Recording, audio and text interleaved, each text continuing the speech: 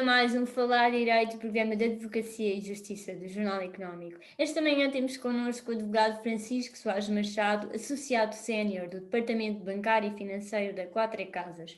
Nesta edição de segunda-feira falamos de um tema que tem estado na agenda mediática, as criptomoedas. Então, Francisco, o que é que significa haver regulamentação para estes ativos? E mais, regulamentar o quê e quem? Quem é o objeto desta regulação? Claro. Bem, a regulação é, a meu ver, um aspecto essencial nesta matéria, porque é aquilo que vem trazer certeza jurídica ao mercado.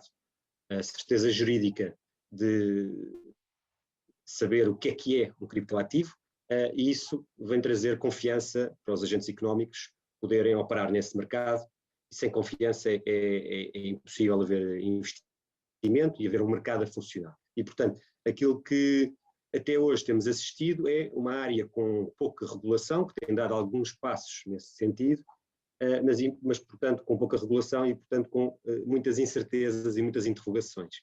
E isso, naturalmente, é um problema, justamente porque acaba por não promover a confiança dos agentes económicos e, portanto, não ser o ideal para o mercado prosperar. E, por isso, a meu ver, a regulação é algo central e muito importante nesta matéria. E no início deste ano, a Presidente do Banco Central Europeu disse que a Bitcoin, em específico esta criptomoeda, que era um ativo altamente especulativo e que levou a atividades, passando a citar, totalmente condenáveis de lavagem de dinheiro. E apelando também, no fundo, a uma regulação global, como referiu. Investir nesta criptomoeda ainda está totalmente e puramente associado à especulação? É difícil dizer, quer dizer, tem havido de facto algumas preocupações dos reguladores e do Banco Central relativamente às criptomoedas. Por um lado, porque a criptomoeda é assente numa tecnologia descentralizada e, portanto, em que não há uma entidade que controla, a entidade pública que controla a emissão, a criação e a circulação dessa moeda. E por outro, porque originariamente essas moedas foram criadas com anonimato, não é? E, portanto, da parte das autoridades públicas tem havido, ao longo dos anos, alguma desconfiança, justamente por poder haver alguma associação a atividades criminosas. Isso tem mudado ao longo do tempo, desde logo com regulação própria de prevenção do branqueamento de capitais nesta matéria, com uma diretiva europeia que, aliás, foi transposta em Portugal no ano passado, e, portanto, essas preocupações têm vindo a ser gradualmente acolhidas pelo legislador, não só no espaço europeu, mas também nacionalmente. E, por isso, no fundo, são as bases para que essa desconfiança possa deixar de existir aos poucos e se possa criar um mercado nesta área. E essa desconfiança é válida? Que riscos, no fundo, é que podem ter os investidores, além da volatilidade, por exemplo? Bem, a volatilidade decorre, no fundo, de haver um mercado a funcionar e de haver muitas pessoas que querem comprar, outras que querem vender e de haver uma certa flutuação no mercado.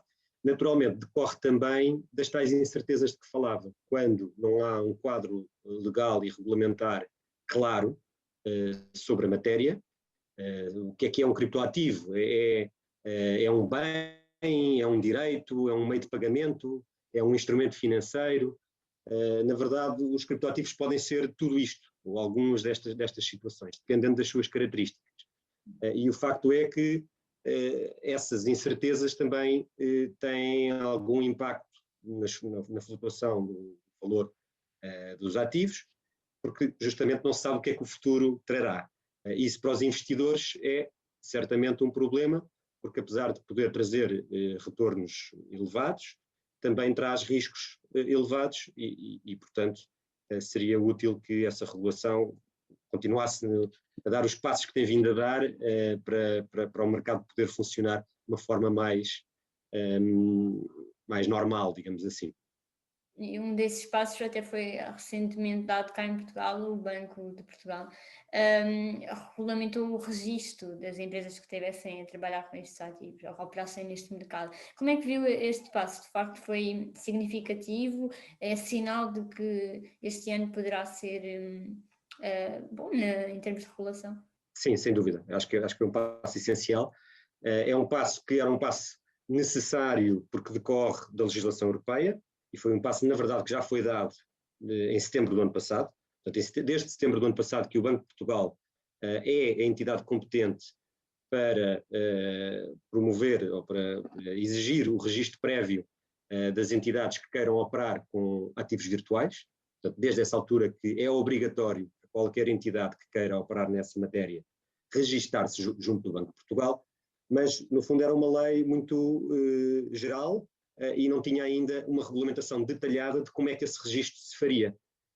Isso ocorreu agora, no dia 23 de abril, demorou algum tempo, porque também o Banco de Portugal teve o cuidado de fazer uma consulta ao mercado para recolher algumas opiniões e o mercado respondeu, fez algumas críticas, também tendo em conta o peso dessa regulação e a necessidade de haver uma proporcionalidade na regulação, mas a verdade é que no dia 23 de abril esse aviso foi publicado e, portanto, agora está o quadro completo, é claro, as entidades têm que submeter um processo junto do Banco de Portugal, com alguma complexidade, há documentação que têm que produzir, há requisitos que têm que cumprir, requisitos de idoneidade das pessoas que gerem o negócio, mas pelo menos temos agora um quadro claro e, portanto, ver esse passo foi essencial e temos conhecimento que já há várias entidades a dar entrada a estes processos. E em relação ao período de consulta pública, houve muitas diferenças, portanto, as críticas lá está que foram recebidas, como referiu, face ao aviso final. O que é que destaca também deste documento? Houve alguns ajustamentos, mas a verdade é que a maioria da proposta que tinha sido feita foi acolhida na versão final do aviso. Eu penso que a razão de ser tem a ver com o facto deste aviso ser um aviso muito procedimental, não é? Ou seja, a lei já estava prevista anteriormente e o Banco de Portugal aí, perante o legislador, não tem muita margem. E, portanto, o que estamos aqui a tratar é de quais é que são os papéis, digamos assim, e o processo que tem que seguir.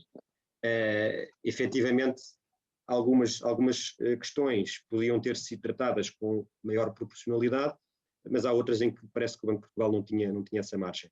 E, portanto, penso que o equilíbrio não podia ser muito diferente do que foi, mas porventura, agora a prática também ditará se foi se é um processo demasiado exigente ou se, exatamente, ou se no fundo o equilíbrio foi certo. Tem a ver questões mais proporcionais, em que aspectos, por exemplo? Bem, há aspectos que têm a ver com os requisitos que a entidade tem que cumprir. Uma entidade que opera com ativos virtuais, e operar significa exercer determinadas atividades muito concretas, por exemplo, guardar ativos virtuais, é? Ou promover a troca de ativos virtuais, exatamente, os exchanges. E, portanto, é só nessas atividades que estamos aqui a falar.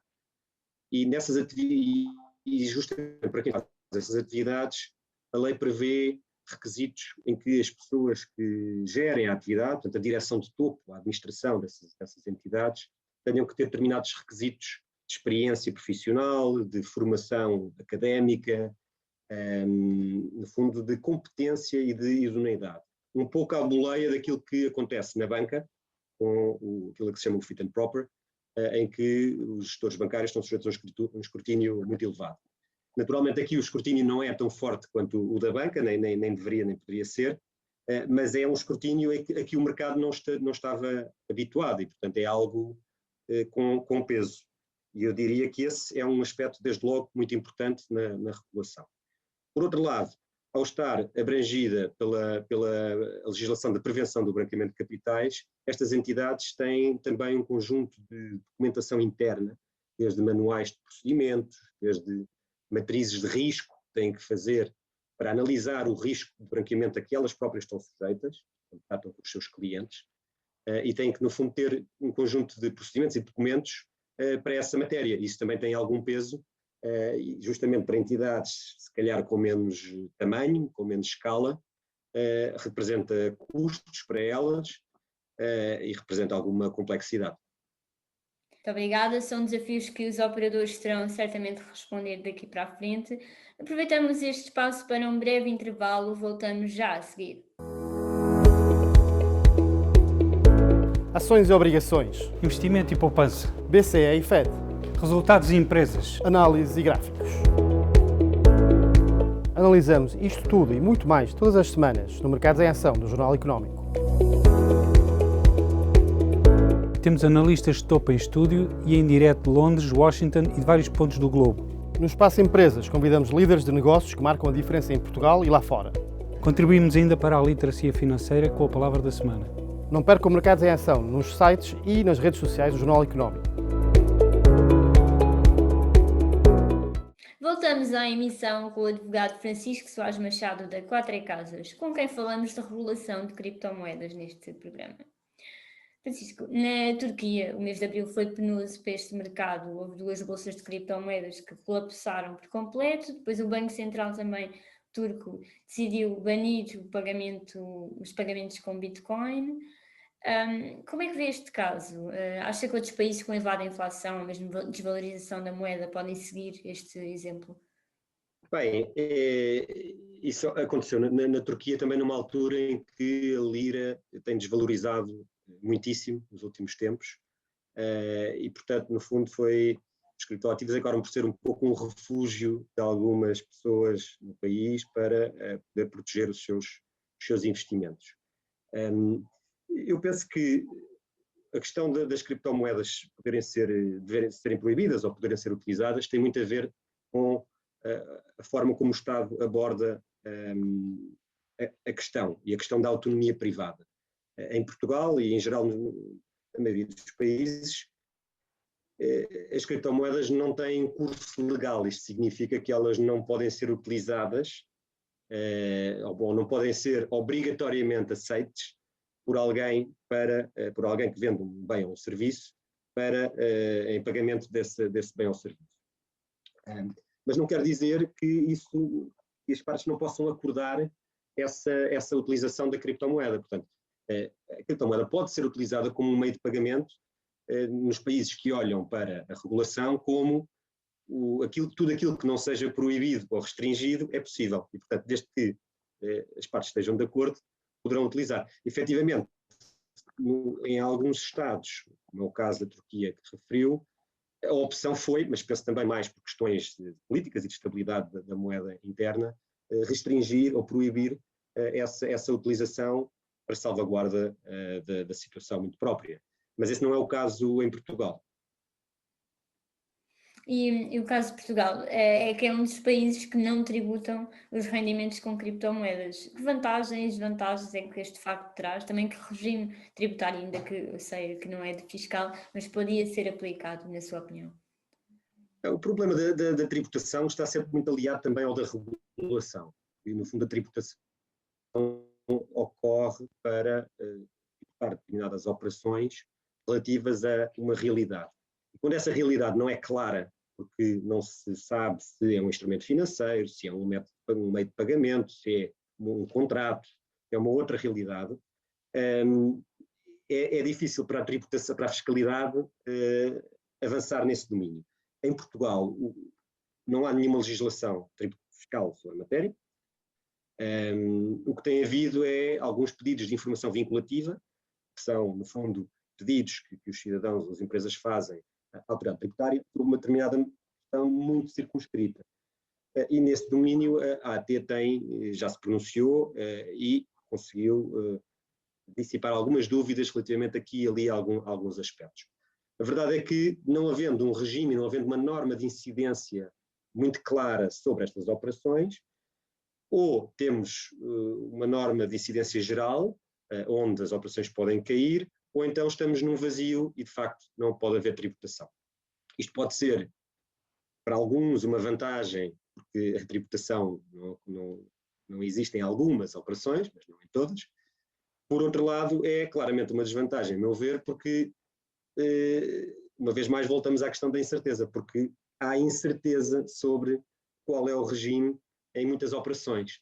Em algumas delas será claro, mas noutras, e há operações mais complexas, desde a mineração, desde o staking, algumas questões que realmente não têm tratamento algum. Isso leva a dúvidas leva à incerteza, a incerteza leva a que potenciais investidores ou saiam do mercado e vão para outros países, para a Estónia, para o Liechtenstein, para Malta, onde o enquadramento legislativo e tributário é mais claro, ou simplesmente decidam não operar no mercado. Portanto, eu diria que não é extremamente positivo, digamos, não haver uma clarificação também nesse domínio. Referiu aí vários países. Onde é que poderia Portugal inspirar-se em termos legais? Seguir o modelo de que país? É difícil dizer. Sabe, há vários modelos. Não tributária, mas também na regulatória. Também legal, claro. Não, mas mesmo na regulatória não é inteiramente claro qual é o melhor modelo, digamos assim. Tem havido muitos estudos nesta matéria, especialmente lá fora, e há essencialmente 3 modelos. Um modelo em que alguns países criaram um regime legal específico para os criptoativos, e aqui falo, lá está, daqueles países que eu referi há pouco, desde Malta, Liechtenstein, a Estónia. Há outros países que optaram por fazer aqui e ali algumas alterações legislativas para clarificar como é que os ativos virtuais, os criptoativos, entrariam na legislação que já existia. E há outros, um terceiro grupo, de países que simplesmente não legislaram na matéria e, no fundo, o tratamento tem que ser casuístico. Tem que se olhar para cada desses criptoativos e perceber se eles entram ou não na legislação que já existe, pode acontecer, dependendo das suas características, ou se de facto não têm esse tratamento, e aí é que entram as dúvidas. Portugal tem seguido o terceiro modelo, no fundo é um modelo em que não legisla e se baseia um pouco em anúncios, em avisos dos reguladores, para alertar para os riscos, para tentar informar o que é que se pode e não se pode fazer, mas sempre numa ótica não legislada. Esse modelo tem vindo a evoluir um pouco por causa do enquadramento europeu, não só a diretiva europeia da prevenção do branqueamento que falámos há pouco, como de futuro a proposta de regulamento da Comissão que foi aprovada, foi proposta, que tem a ver com o mercado dos criptoativos, o tal MiCA, que tem sido muito falado, e que também vai trazer um enquadramento mais claro e mais harmonizado na União. Portanto, Portugal tem seguido este modelo, é um modelo de um pouco esperar para ver, eu diria, ir legislando muito pouco à medida que o imperativo europeu entra em cena, mas não fazer muito no domínio nacional. Eu diria que, apesar de não ter uma visão clara sobre qual dos 3 modelos é o melhor, eu diria que aquilo que certamente devia acontecer e que me parece que não tem acontecido deveria haver um estudo, não é? Ou seja, isto são matérias complexas, que têm vários impactos em várias áreas e nessa medida aquilo que seria recomendável Mas era falta um estudo organizar a cargo de... um estudo, exatamente, quer dizer, uma task force, há pessoas certamente muito qualificadas nos reguladores, no Ministério das Finanças, há muitas pessoas no mercado privado, e em Portugal há muito talento nesta área, portanto há muitas pessoas que têm muita experiência nesta matéria, e, quer dizer, uma task force que pudesse unir as forças do privado e do público, estudar, perceber qual é a realidade, quais são os riscos e qual é que pode ser o caminho, eu penso que era o ideal aqui. E quão longe estamos de um cenário em que, por exemplo, um português pode avaliar um imóvel como uma moeda virtual, ter depois uma escritura com um token? Sim, quer dizer, no fundo as criptomoedas não têm, como dizia há pouco, curso legal, portanto elas não são obrigatoriamente aceites. Agora, nada impede que duas pessoas possam transacionar com base em criptoativos. No fundo está em causa uma permuta, não é? A Mariana dá-me um imóvel e eu dou-lhe criptoativos e não há nada de errado aqui. Agora, na verdade, a legislação não está preparada para isto e, portanto, naturalmente há questões tributárias, tem que haver um valor associado a esta transação, há questões no registro predial e todas essas não estão minimamente estudadas e tratadas hoje. Portanto, eu diria que legalmente não há impedimento puro, mas não estamos ainda preparados para isso e, portanto, não me parece que seja para o curto prazo. Muito obrigada, Francisco. Terminamos assim mais uma edição do Falar Direito. Voltamos na próxima semana com novos temas, outros convidados. Até lá, continue-nos a acompanhar em jornaleconómico.pt.